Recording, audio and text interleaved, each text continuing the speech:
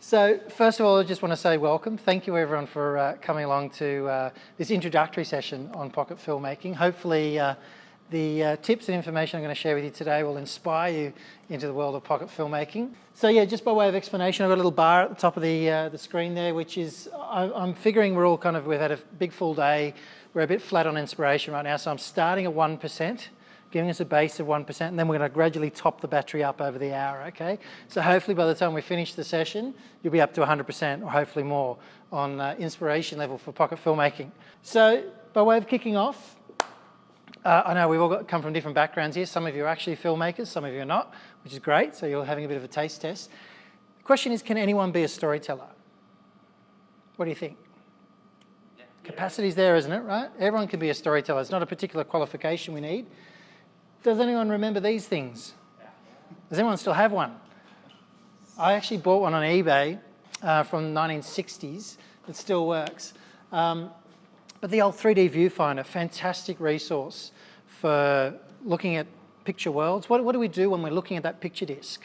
What is our brain doing when we're looking at that image? Imagining, yep. Creating story. As a child, I remember sort of making up my own stories in my head about what I was seeing through that viewfinder and placing myself in the context of that world. Who's guilty of this as a child? Who's guilty of this as an adult? I still love drawing and doodling. It's a fantastic way as kids. What do we do when we're exploring our world in comics and cartoons? What are we doing? Yeah, we're creating, we're sort of devising ways to kill our brother and sister and get away with it. We're sort of untangling this complicated world that's evolving around us. It's all part of that storytelling bridge. But it's something that comes very native to us. What's another thing we love doing as kids? And sometimes as adults? Lying. Yeah. What's lying? Storytelling. Lying is effective storytelling, really. It's a way that we fabricate a cocoon of safety around us by way of story, because we don't want to hurt ourselves, we don't want to hurt the loved ones around us. So we create a situation to get beyond the reality of something we don't want to face, right? So there can be a good side to lying as well, in degrees, if we look at it from a storytelling context. Then of course, if we go out camping and we're sitting around the fire and someone's finished playing the acoustic guitar, what happens? What inadvertently happens around the campfire? Storytelling. Everyone starts spinning a story. Someone's got something to say, something to share. All the stories come out. And of course, if we extrapolate that further, who's been guilty of playing puppets as kids? Again, you're creating that storytelling environment. You're creating that world. And quite possibly the worst dress-up for Star Wars ever recorded on photo. But again, what do we do when we're dressing up? We're adopting a character. We're going to that storytelling mode. We go to a party and we pretend we're something else other than who we are day to day. Even if it means we walk in a plastic garbage bag or in a garbage bin as R2-D2. So the reality is, the good news for us is that we're all hugely overqualified when it comes to storytelling. We've got that innate sense of storytelling already built into us. So it's not something we need to learn. We've got that in our DNA to start with, which is great. So if I say to you then, what, for instance, makes a great chef? What would you say? It's not a trick question. Yep. Obviously the ability to cook, but the ability to create food without the need of recipe, to know what goes well with other things. Sure. Because So like have a feeling for the food. Yeah, great. So creativity, feeling for food. Any other suggestions? I think it's just got to taste delicious. Taste, yeah, and often what those guys can do with like 3 ingredients, we're like, no way I could even attempt that. But it's their thinking behind it, right? So it's got very little to do with the knives that they use, right? Very little. Then if we think about a painter, what does it take to be a fantastic master painter? I want to create canvases that sell for thousands, tens of thousands of dollars. What do I need to do? What do I need to be? I think patience is really important. Patience for painting? Yep, absolutely. Unless you're one of those very fast sort of abstract guys that sort of knocks it out in 10 minutes. But what else? What else do we need to be a great painter? What goes on up here? Imagination? Creativity? Again, that common thread, right? So it's got nothing to do with the brand sable brush that we paint with and we daub on the palette, right? Doesn't matter what brand of paint we're using. Likewise, if we think about what it takes to be a great singer, It's got nothing to do with the brand microphone. Then what does it take to be a filmmaker? Very expensive camera. A very expensive camera, you think? Aha. Well, I want to challenge that. I reckon it's just you. Okay? The core ingredient you need to become a fantastic filmmaker is you, because the story base comes from you. It's your imagination and your creativity. And no two of you sitting in this room today are going to experience either this presentation or this day the same way. Right? You're all diarising this and memorising this in your own particular way. You've got your own way of articulating it. So being a storyteller is really about being human, right? Understanding the sense of human condition and how do we talk about that. So, of course, fancy cameras are fantastic and there's plenty of them out there. And when I ask people all too often, when I say, what is filmmaking about? The first response is, it's about having a great camera as a bedrock. Something fantastic to start with. But I want to challenge you. I want to say, well, why couldn't it be this? Side-on view of is it an iPhone 5? Think so? Going by the buttons? Why can't it be that? Why can't that be our first tool we use as a storyteller? The pen. Diarising, writing down our thinking. So welcome to the world of pocket filmmaking. Very brave introduction there. But hopefully you can see the angle I'm going. Oh, look, we've gone up to 10%. Have we got you at 10%? Just got to check in. From 1 to 10, we're sort of getting there? Good, excellent. That's another thing that's commonly associated with pocket filmmaking. No money. We're all desperate storytellers, but we have no budgets and no rich friends in high places to help us tell those stories, so it's all on us. So we've got that fantastic idea for a film we want to make, or a video we want to shoot. What's one of the big things we procrastinate on? One of the things why we don't start it? I know from my film friends, usually one of the things is, oh, I don't have the right gear for it right now. I don't have the right equipment. I don't know enough people. I don't know a soundy that can help me out. It's usually a lack of something. And then that tends to procrastinate. We create more and more excuses and we don't get into making our project. So what I want to challenge you with is the notion of the currency of storytelling isn't actually money. It's attention. It's audience. Because without an audience, our story doesn't matter. Doesn't matter how much money we've got in the world to make our story with, if we have an audience of 0 or no one that's interested in what we want to say, the story doesn't count. So it's all about creating that story, making that story real, and finding a way to get it out to people. Anyone know this particular little model Nokia? I try to keep it to scale on this screen. Exhibit A, circa 2008. Back in 2008, this was a prize that I won in another film competition. And I thought to myself, you know what?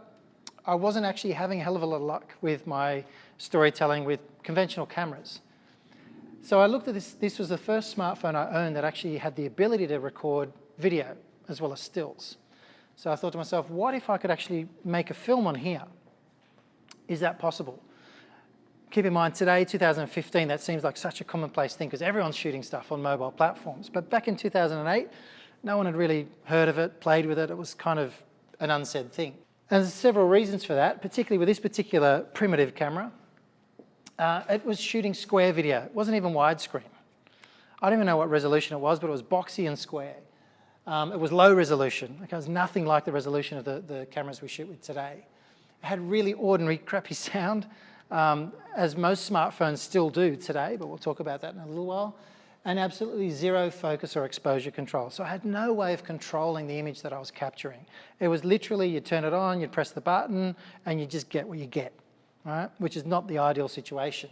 However, I was in a bit of a creative rut, and I decided at that stage I wanted to use that as my challenge to say, can I actually make a story on this camera? Can I shoot a story on this camera that we could stitch together and enter into an international film fest? That was my one and only aim. Can I actually get a cell phone film into a film festival? Would that even be possible? Would they accept it?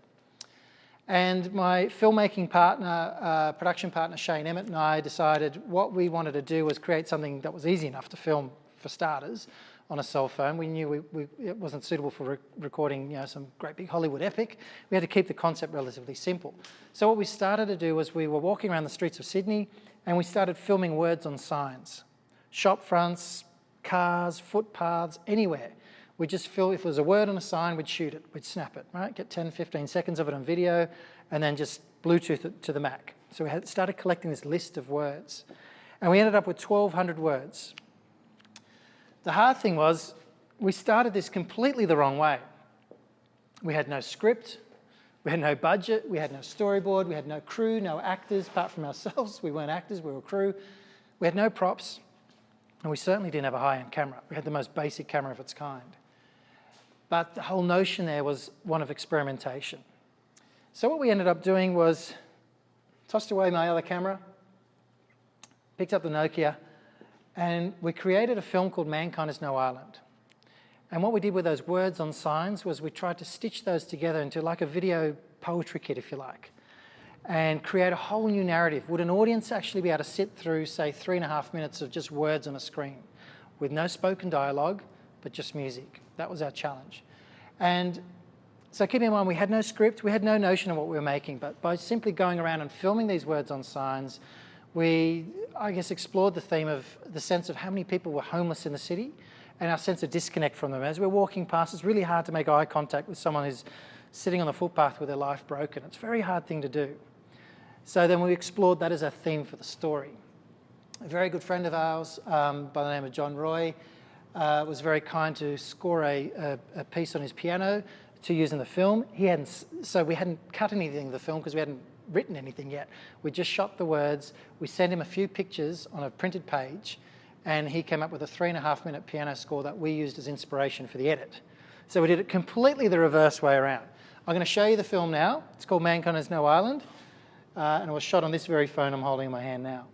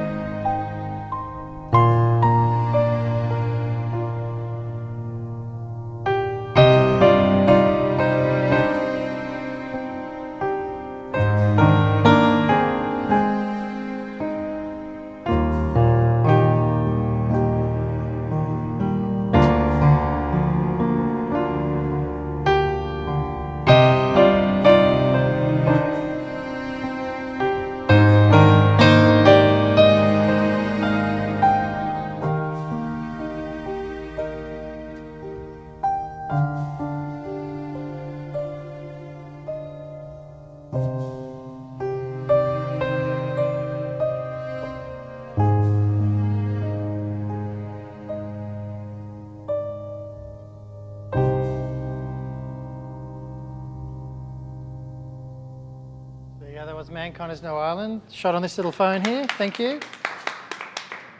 So was it possible? Was it possible to actually make a story on a very unexpected camera tool and actually stitch that together? That was a challenge. Luckily for us, Tropfest New York in 2008 picked it up and said, we'd love to have it in our program for the evening. And we were immensely excited. We flew all the way over from Sydney to be part of the audience. That was the night. It was incredible, right on the side of the Hudson River. There's the Statue of Liberty at the top corner there.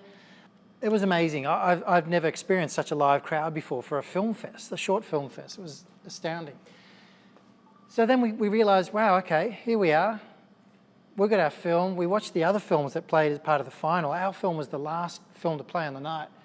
And all these other films that played before us were such high production value, such amazing pieces of work. The great thing was, 10 seconds in to our film playing on the screen, and you could have dropped a pin in that place. It was incredible how it hushed the audience. And it was the first time I noticed the bond between a filmmaker and an audience, and how immediate and how humbling that is to actually have that connection, because instantly with that crowd, you're all patched in on the same idea right at the same time. And it was such an amazing experience.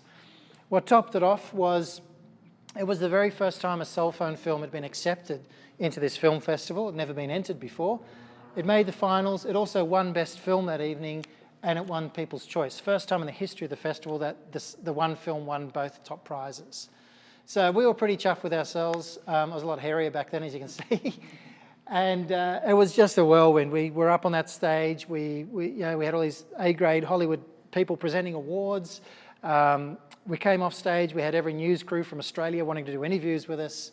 Because the breakfast shows in Australia were just coming on air by the time this was cracking at night over in New York. So we had just a media storm to contend with, which was fantastic. And we got lots and lots of PR out of it.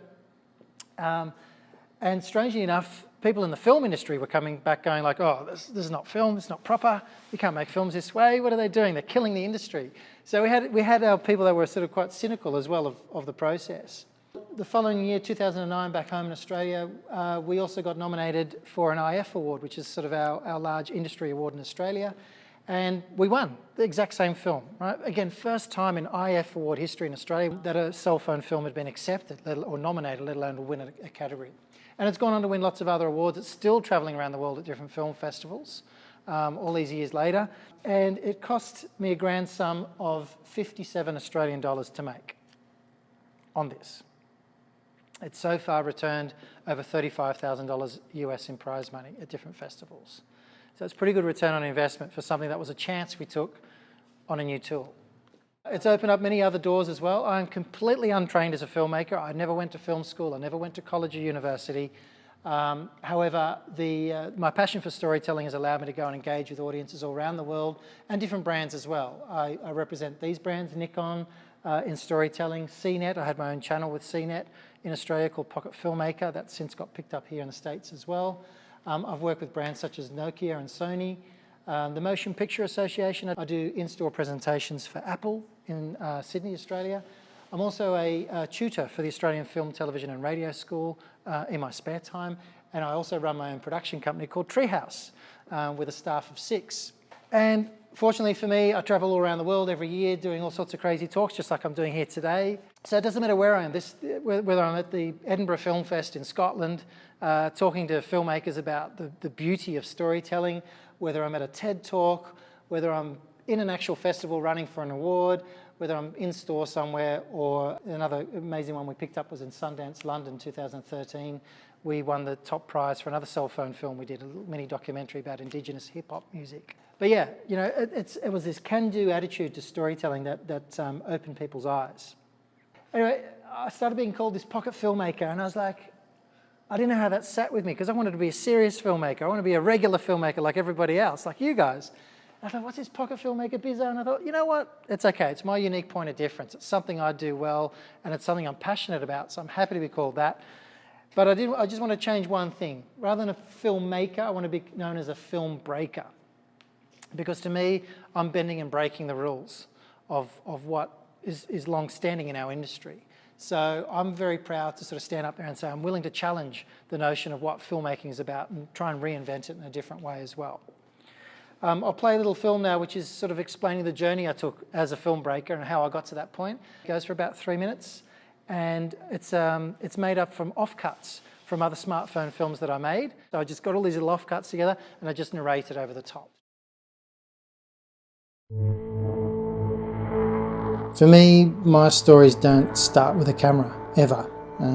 They start with an idea or an inspiration, if you like. And probably from something that I walk past tomorrow that I haven't even seen yet.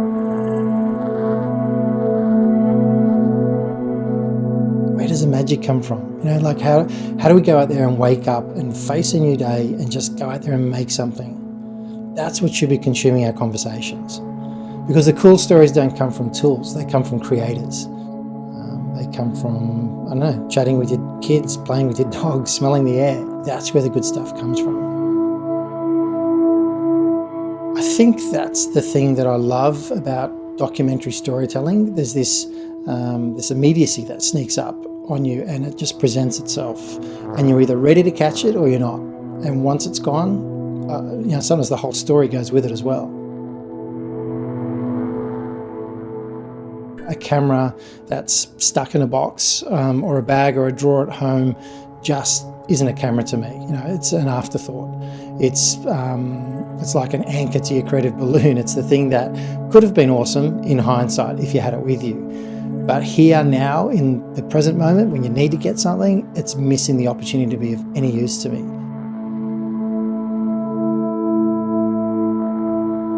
Time and creativity are probably at complete polar opposites. You know, one exists on rules, the other exists on freedom. And to be honest, I've never known a creative to finish an idea early or on time. For that matter, time and creativity dance together dangerously, but they're completely different things. See, creativity never finishes. It has no end point. And I think I only stop making something because someone wants to see it or that someone needs to have it. If it was me, I'd still be tinkering on every single film that I've ever shot.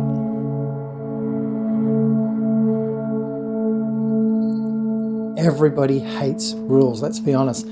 To me, rules are for people that are missing framework or ideas or situations needing control. Whereas creativity, at its very heart, is something completely uncontainable. You know, it's free from all of that. It redefines itself all the time. It's different tomorrow from what it is today. And you can't write that stuff down. That's an evolving process. That's not something that can be limited to a process of words. What I love doing, and I guess my passion in all of this, is to show people what they can do when they're so used to an industry saying that they can't. There's nothing elite about storytelling. No matter what anyone tells you, there's nothing elite about storytelling. I don't think of myself as a filmmaker, first and foremost, and if I was to say that, the next question that someone would ask is, well, what films have you made that I know? And I don't measure what I do by that. It's not supposed to be a badge of experience. It's meant to open a conversation and not close it. So I call myself a film breaker. I'm making stories with whatever's in front of my eyes and whatever's ready in my pocket. Too simple? Yeah, probably. But it needn't be hard just because it's film.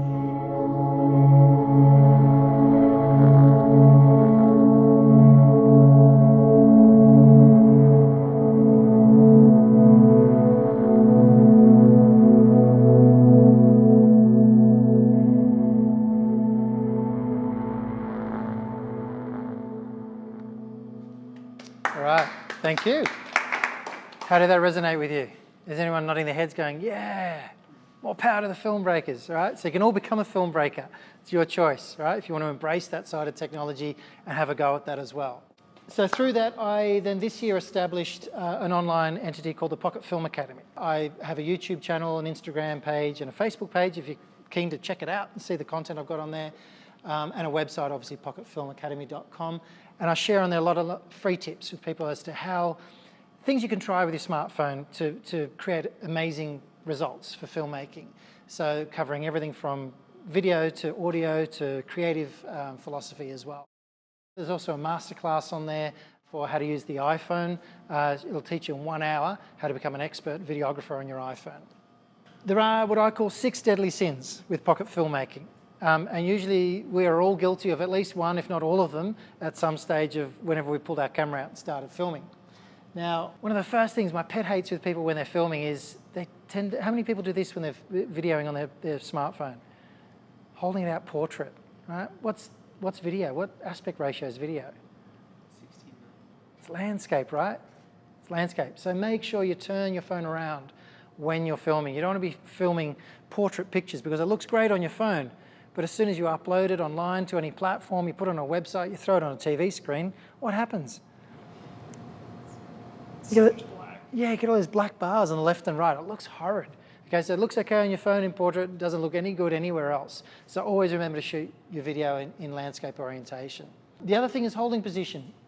A lot of people, when I see, my mother-in-law is particularly guilty of this. When she's videoing, she tends to stick the tongue out, does this because she's got concentrating, and then she's holding this thing away from her body like it's a virus. She's got this straight arm thing going on. I see so many people filming like this, usually like that, but if I can get them to turn around to landscape. And the problem is with this is any movement or vibration going on through your shoulder or your body, breathing, heartbeat, you might have just been walking fast and you stop and you go to snap something, you know, you're racing, any vibration that goes through your arm is like a big lever. So by the time it gets to your phone, it's just shaking out of control. So making sure you tuck your arms back into your body, get your elbows into your side, hold your phone with both hands, and that's going to give you a way more stable base to film with. And of course, you've got this beautiful natural swivel motion in your hip that you can use to pan with as well. So don't do this. Don't have all those floppy arms going out everywhere because you're just going to get nice wavy pictures. If you tuck it into your body and use your hips to rotate through, you get a nice fluid, smooth action. Autofocus and auto exposure. Ah! I hate it almost as much as digital zoom. When you're looking at a video picture and the light's going in and out and the exposure's going and the focus is going fuzzy, it looks terrible. It just distracts your audience. So most smartphones these days have got very simple features on there. When you touch the picture, it's about to lock your exposure and your focus. And then particularly with the iPhone, you get this little yellow sun symbol coming up beside it. And if you push that up, you can overexpose or you can underexpose the opposite way. So you've got control over your picture focus and exposure now, which is fantastic. Who here's got tends to have shaky hands when they're filming? Yep. It's a very common thing. A lot of us have it. Not all of us have, nice, steady surgeon type hands. Now, if you have shaky hands, I've got this thing called the pull grip, pinch and pull grip, which I recommend. And what that is holding your phone, again, with both hands, tucking your elbows in, fingers and thumbs squeezing down on your phone, and then you pull apart. Okay, so squeeze down and pull apart. And that tension action in your hand will stop any shake that's going through your hand at that time. Okay, so squeezing down, pulling apart, trying to pull your phone apart, and you'll get a beautiful, steady image. I put flight mode up there as a deadly sin because not many of us use it when we're videoing. What do you think happens when you're videoing something incredible, like the world's most incredible sunset or sunrise, some really important occasion that you can think of, and someone calls you? What happens? Interrupts it. Sorry? It interrupts. It stops it. It cans the video. It stops it completely, right? Because remember, it's a phone. It goes back to its primary purpose of, that's right, I'm a phone. So if you are going to record anything important, please just remember to swipe it up, stick it on flight mode, because you just don't want that chance of losing that amazing bit of vision, okay? It's one of the biggest things I can say to you. And lastly, I call it foggy lens syndrome.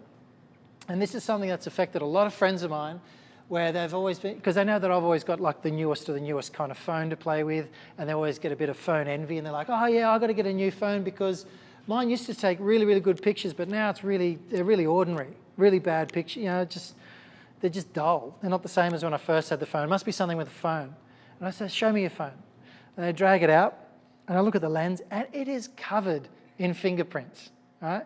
Now if you think about it, when was the last time you purposely actually cleaned your lens on your phone? Is it an amnesty? Has anyone done it today? This week? Okay. Ever? On average, the average person pulls their phone out of their pocket and swipes to open and close it between 120 and 150 times a day. So can you imagine how many hand movements that is across your phone? And I'm not even thinking, I'm a pocket filmmaker, I don't think when I put my hand in my pocket as to where that is on the lens. So it's covered. My phone is always smeary with fingerprints on the lens. So just pull it out, give it a little wipe on your shirt, your jeans, it doesn't matter what it is. The glass surface on your smartphone camera is way stronger than anything else. I've heard people say, oh, you can't use cotton shirts that have been washed in detergent because it'll scratch the... Forget about it, right? You can virtually wipe it with sandpaper. It's not going to scratch. But this is an example of what that foggy lens can look like.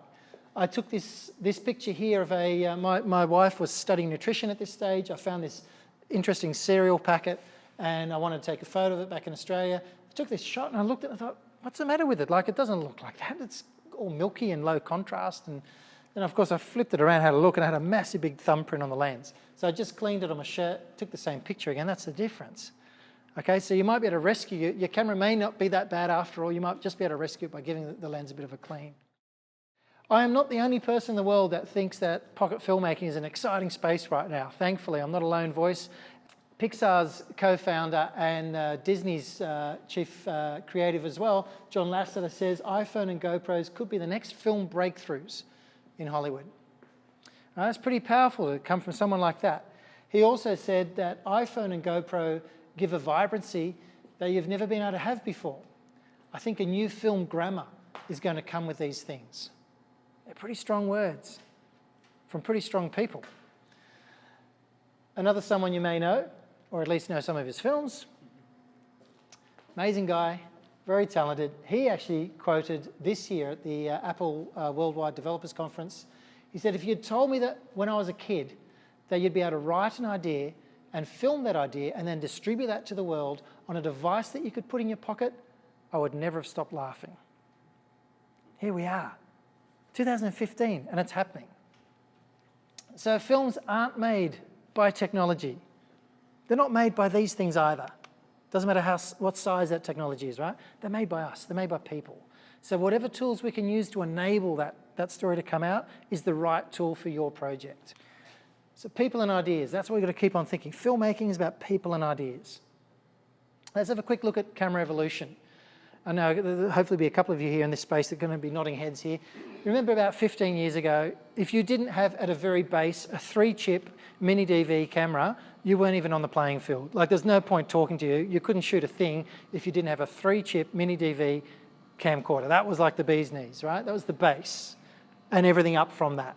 Okay, that was the most primitive thing you could have in your stock 15 years ago. Then, around 7 years ago, Canon were the first to come out with DSLRs that shot video as well as stills. What did the filmmaking community say when this happened? Any guesses? Never worked. Never worked. There was such a groundswell of hate towards digital DSLRs shooting video because everyone said, the DSLRs, they're made for taking stills. People aren't going to cotton onto that. They won't like that. It doesn't even feel like a camera. Cameras are things you put on your shoulder. They're big and they're like this, and you know, they're not these little things you hold in front of you and whatever. You know, that's just not going to work from a video space. It has worked. You know, today, some 85% of video productions around the world are shot on DSLRs, right? This is 7 years ago that this came out. Nowadays, the new space, GoPro, iPhone, smartphones. Why? These guys are working on having 1.5 million apps that help you expand your creative possibility. You can simply upload things to your box that expands the creative wealth of what it can do. That's the new space. That's the new creative democracy we live in as storytellers, right? The things we can plug into our phones now to help us in our storytelling journey have far surpassed what's possible in the other technology. There are some hurdles, however, that smartphone filmmakers need to overcome and that smartphone manufacturers need to overcome. It's not all rosy. We've got our challenges. For one, optical zooms. We don't get optical zooms inbuilt on smartphones, right? We've got those awful digital zooms, and I always tell people, don't use it because you're just blowing up resolution. It looks terrible, particularly in a video sense. You can get aftermarket lenses that you can put on smartphones now that give you a zoom capacity, but we're all dreaming of the day that one day iPhone will come out with the ability, right, to just say, well, it's got an optical lens in it now, not a digital zoom lens. Let's hope that happens one time. Low light performance is another thing. Our smartphones have tiny little lenses on them, right? And they have a small chip for recording that light, small sensor. So it needs lots of light to render a picture accurately. And you would have known if you try filming stuff in low light on your smartphone, the results are relatively questionable. You tend to get better results with stills than you do with video. So video is a little bit of the poor cousin in that sense. So that's a challenge. The other thing that smartphones need to have is a switchable aperture, right? We need to be able to have control over the size of the aperture that we're recording video through, particularly if we want to have control over things such as depth of field.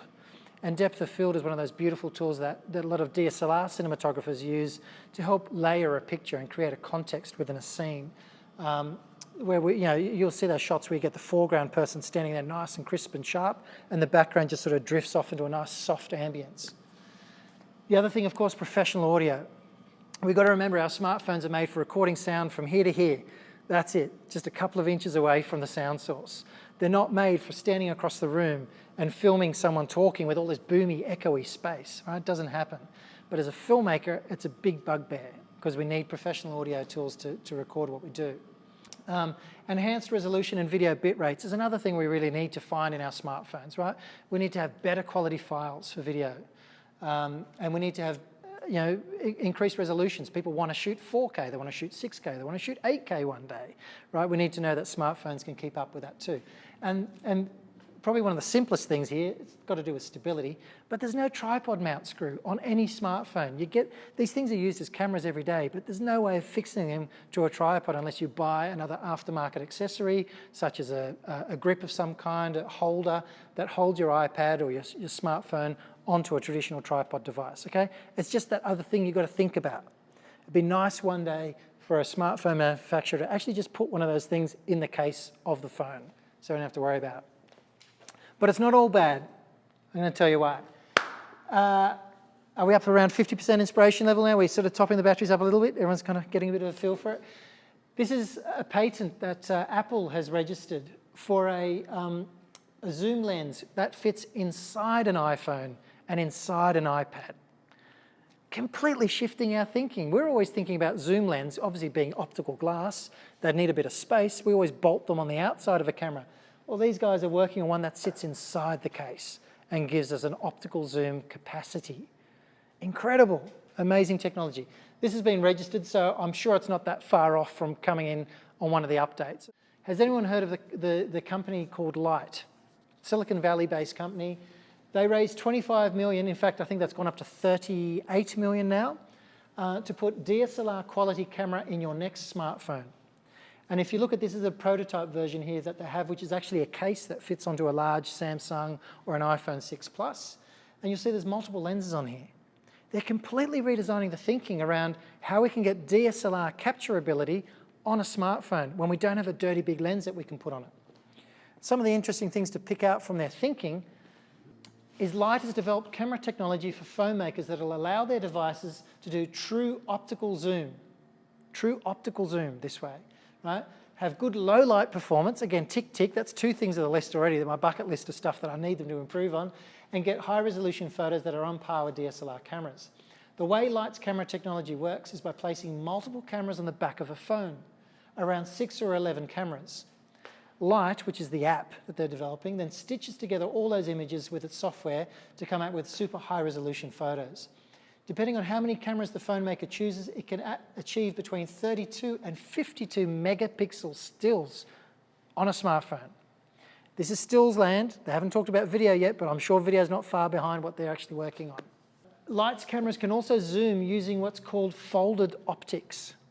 I don't even know what that is, but I'm going to look it up because it sounds amazing, which is a method of blending light to make the camera size requirements more compact. Light can zoom between 70 millimeters and 150, right, using this folded optics technology.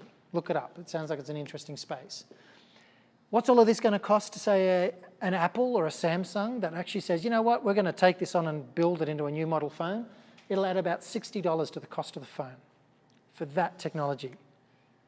That is incredible. That is stuff that you can get into a DSLR that's $2,000 or more for $60 on a smartphone. And they're expecting this model to come out in 2016, so we don't have that long to wait, maybe 6 or 8 months to wait, and this will be available. Anyone impressed? Yep, good. Okay, we're on 50% now, so focalize. Remember I was talking about having control over your aperture. One of the bad things with smartphones is we can't really often control shallow depth of field, right? It is what it is. You tap and you focus and it's kind of, well, that's it. I don't have much control over it. Has anyone heard of Focalize? Now, as an Aussie filmmaker, Aussie film breaker, sorry, I'm incredibly envious of you guys here in America because you can order this from your Apple store, your Apple App Store. In Australia, we can't buy it for some reason. I don't know why, but it's only available in US territory. This app gives you instant depth of field. Depth of field you can change after you've taken the image. If you don't believe me, I'm going to show you a little video straight from the website. I only found this out this week, by the way, so this is fresh for you guys.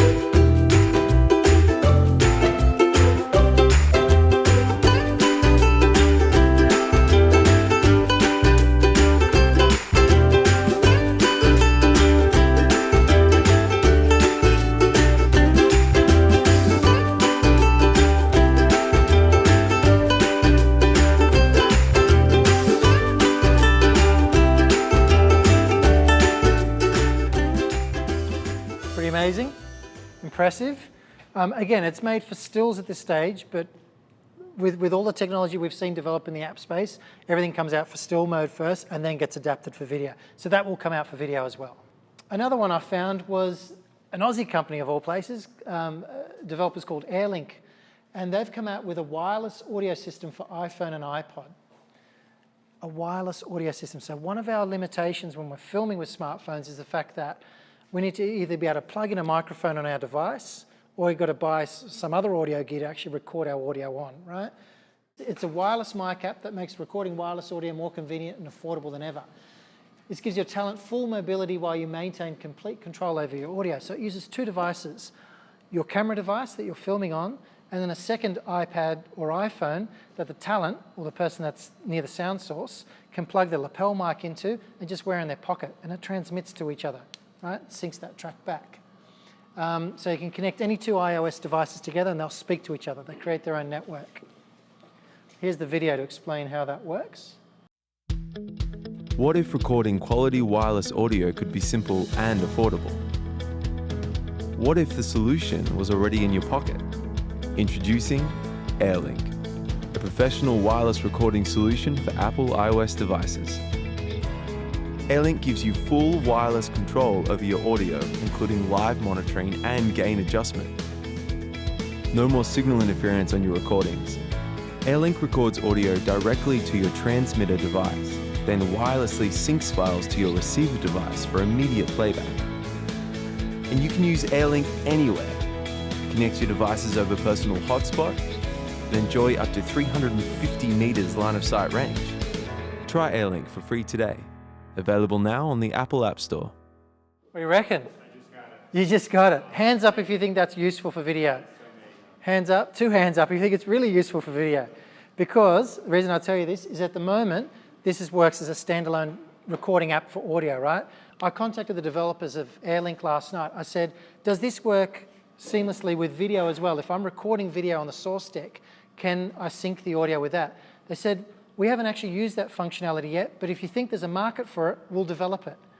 So I said, I'm going to talk about it today. I'm going to get arms up in front of the camera, and these guys will make this happen, okay? So they're working on that app extension already. Who loves a good gadget? I know we've got to whiz on through because we're getting close to time. I certainly love a good gadget. If you want a cheap lens, or a filter, I call it really, look up Jelly lenses. They're plastic lenses for smartphones. They fit on any model.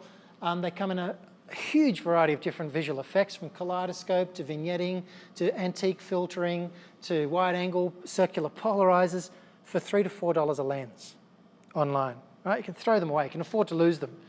Right? Nice and cheap. Good starting base.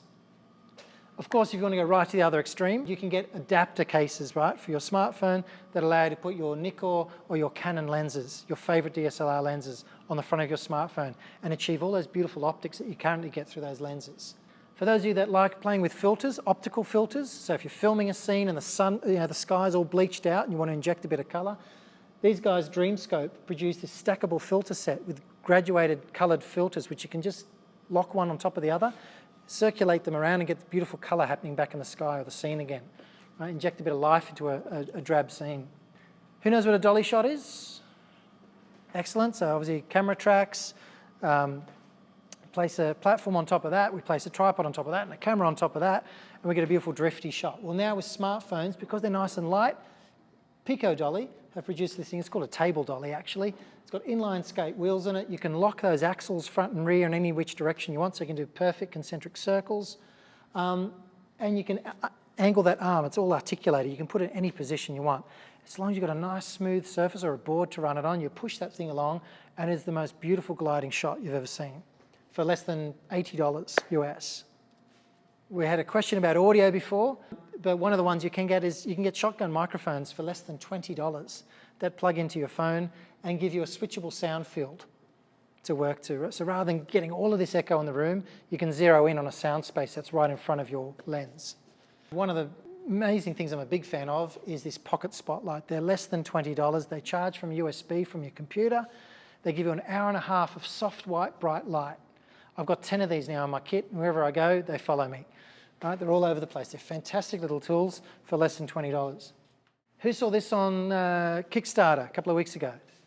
The Luminati CS1. For those of you that love the feel of an old Super 8 camera, right? These guys have produced a case that takes an iPhone, right? Slides in the back. You've got a squeeze trigger on the front. That red button is your squeeze trigger, so it feels like you're filming video again the same old way with a Super 8. See some big smiles on the front from people that have filmed with Super 8. It's a gorgeous medium. They've got this amazing app that goes in conjunction with this. You can actually view through the viewfinder and see a picture. So you're not trying to struggle with the glare on your screen. It actually isolates the picture on a viewfinder. And you've got a pull focus button on the screen and you don't have to look at it. So you're looking through the viewfinder, you touch the screen, you drag your finger back and forth and it's actually shifting the focus plane. Another amazing one which we're actually shooting with today is by Pixel Addicts. It's called a cinema mount. Now, if you love filming on your smartphone, but it just doesn't feel like it's doesn't get taken seriously as a camera, get one of these things. It's all metal construction with a rosewood handle. It's got those little sort of grips on the back that look like it goes into a rack. It comes with a wide-angle lens adapter, which also allows you to put on different filters at the same time. It comes with 2 graduated filters, a blue and a grey graduated filter that just slide in front. A very professional-looking setup for the money, and it fits any smartphone. You can move that little lens area up and down to suit wherever your lens is on your smartphone. And you can now buy them all sorts of crazy fluoro colours as well. You can go right up to this. That looks like a conventional DSLR juiced up rig, right? The shoulder rig. That's actually my iPhone 6 rig. It is incredible, right? Amazing. I don't have to film that way, but you can film that way if you want to. Stuff to make for free, because I know that everyone loves stuff for free, particularly me. What's that? Plastic bag. Excellent. Can be. What else could it be? Oh, it could be a filter, yes. Haven't thought of that one yet. What I'm going to suggest you do is if you do have a DSLR at home, get your plastic bag, put your DSLR inside, cut out a hole that suits the diameter of your lens that you're shooting with, stick it on video mode, record, suspend it between your fingers like so, go for a walk around. Have a look at the type of shot you can record low to the ground with nothing but a plastic bag with a hole cut in it and your camera sitting squarely in the bottom. Astounding. Cheapest Steadicam you'll ever buy. What's this one here? Matchbox? Yep. Necessity is the mother of many inventions. I was out at a fireworks picnic with my family in Australia one night, and all of a sudden I got told this amazing fireworks projection show was going to happen on the screen of water down in Darling Harbour in Sydney. And I'm like, I've got to film this in time lapse. It's going to look amazing. I had my phone with me. I had no tripod with me to keep this picture steady. So I was looking around everywhere going, how can I do this? How can I do this? I found a matchbox, an empty matchbox. I unpacked all the contents out of our fridge bin that we'd had dinner with in a picnic. I stacked all these containers up on top of each other, put the matchbox on top, and I just cut some little grooves in the inner tray, stuck my smartphone inside, and had an instant tripod. So here's me thinking I'm father of the year. My 9-year-old son's going to think like, Dad, yeah, go. You're so inventive. You're You know, clever. And this is really what he was thinking. I turned around, I took a picture of him. He's like, Dad, please just dig a hole and bury yourself now. It's so embarrassing. Get out of here. Aluminum foil, sorry. It is a fantastic reflector. Okay, I use that many times to bounce light into a scene to help illuminate, get rid of shadows. Baking paper, what can you use baking paper for? Tracing film. A scrim, you can cut down light, the intensity of light with this, right? So if you've got someone outside and you've got very, very harsh, bright light on them, you put a piece of baking paper or tracing film above them, and instantly it'll cut back the intensity of that light and soften the shadows on their face. The light will wrap on their face a lot easier. And last but not least, a ball of twine or string can be put to some good use. In fact, I've used this several times. Now, it doesn't have to be twine. It can be ribbon, fishing line, any kind of string. I've seen it done with shoelaces tied together even. So if you just get a length, you can tie a loop in one end. This has obviously seen better days. You tie a loop in one end, put that around your shoe, pull it up. Can I borrow someone's smartphone momentarily? Sorry. Thanks, mate. So another loop, same size loop at the top, thread your phone through and pull up. All right? String monopod. It's a fantastically useful tool to get you out of trouble. If you need to get a steady shot, it's a great way of doing it. Okay? It works exactly the same as a monopod normally, but you don't press down, you just pull up. That tension keeps it equidistant. There you go. So thank you so very much for joining me today. Hopefully in 1 hour snapshot I've inspired you as to what's possible with pocket filmmaking. I'd love to see you go out there and make something amazing. So again, thanks for your time, thanks for your attention. Hope to see you again. Thank you.